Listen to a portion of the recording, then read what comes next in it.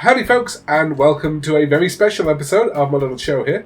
It's been Creativity Week at Lathander's school, and I'll be honest, I've kind of been eager to teach him that I don't just play video games. So, what you're going to see here is going to be Lathander's very first review, and the debut of Snoz on the YouTube channel, I think. Just a quick note, if you were brought here by a link you got from the school or anything like that, the rest of the videos on my channel are not particularly kid-friendly, so just a fair warning on that one.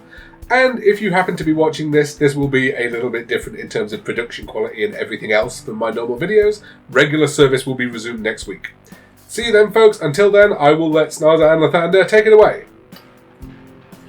Hello, I am Susan and this is Lathander, this is my son, and we are doing a review of Lego Marvel Superheroes 2. Lathander, can you tell us what the game's about?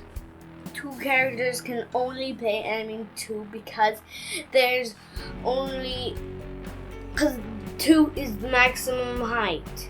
So only 2 people are allowed to play. So this is what the game's about. And what characters are there? They're heroes: Captain America, She-Hulk, and Thor, Iron Man, Wasp, Star-Lord, Groot, what's the one that looks like a cat? Rocket, he's a raccoon. Rocket, the raccoon. We have to use them to fight bad guys. And what sort of world are they in? A Lego world, but when you look at the outside, it kind of looks like our planet. So, Lathander, you were saying that you can play lots of different characters, right? Yeah. Now, I really liked playing the Wasp because she flew around really well, and I really liked playing Rocket Raccoon because he's on all fours, and I think that's really cool.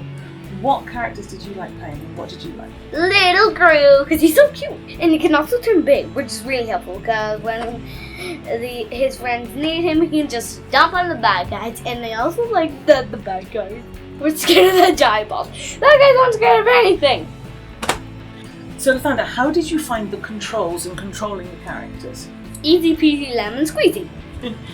Why do you think that is? Do you think it's because you've played the game before, or played different Lego games before? Yeah, it's because I played different Lego games before, and me and my dad played the first one. Oh, did you?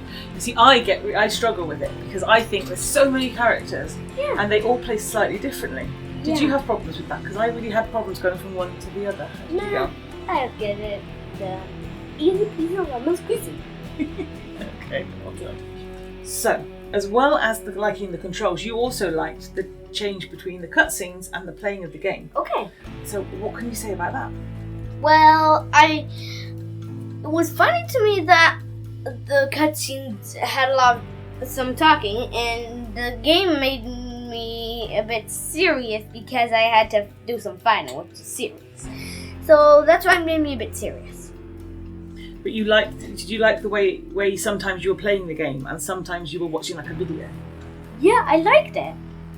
What did you like about it? That when the video starts, when it talks about the things, it helps us know what to do and gives us the clues to helping us do it. All right, very good. So, Lathander, we didn't play on our own, we played together, didn't we? Yes. And can you remember what that's called? Cooperating. Yeah, it's co-op mode, isn't it? And what did we learn about what we have to do in co-op mode? We have to communicate by thinking, learning, and communicating. Yes, we have to listen and we have to speak and listen, and we have to think, don't we? Yeah. Yeah, we have to do all of that so we can communicate and work together. Yeah. Because what are we?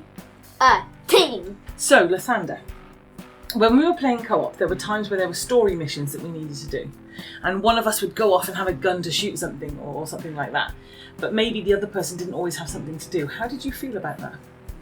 Well, I liked it because, I was just running around and smashing stuff while you were just shooting ships and stuff. And when I was playing I liked playing the drums and that it was actually kind of fun. And when she stopped, she broke the drums. Oh my goodness, that's shocking. Breaking the drums. But she has spare ones. So when we were playing the game, we found some of the puzzles pretty difficult, didn't we? Yeah. How did you feel about those? Happy and angry. So you found it difficult. Was it difficult because the puzzles were challenging, or because you didn't know where you were meant to be going next? Challenging.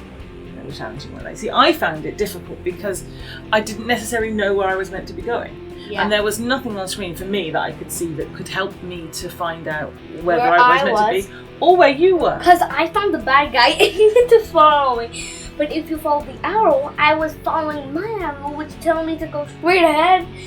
And yours was just saying go left and right and left and straight ahead.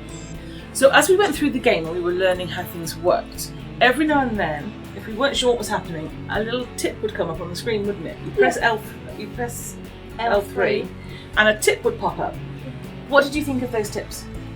Easy when you were reading them for me. Okay. But it wouldn't be easy if you weren't here and if you weren't here, Dad. So thanks for being here, guys. And it wouldn't be easy if you guys weren't even here because I'm still learning to read, so you guys have to read it for me. Also, I'm still trying to learn how to run my name. So is it because the tips were only words on the screen, they weren't spoken, is that right? Yeah. So do you think for a younger player like yourself, it would have been handy to have those read out to you? Yeah. Okay, cool. Good advice.